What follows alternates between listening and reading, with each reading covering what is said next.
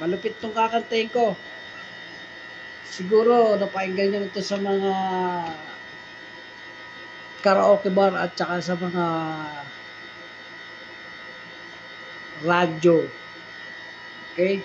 Sa mga FM radio station.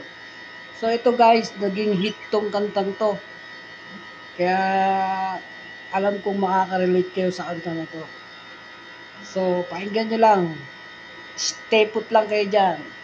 Pagkatapos mag-engage na rin kayo. Okay? So ito na. Pakinggan na natin. And 1, 2, 3, 4. Kung ako na may mag-aasawa, ang pipiliin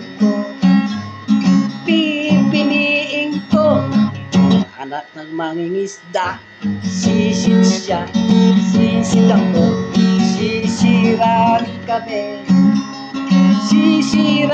kami, hanggang hating gabi. Ow!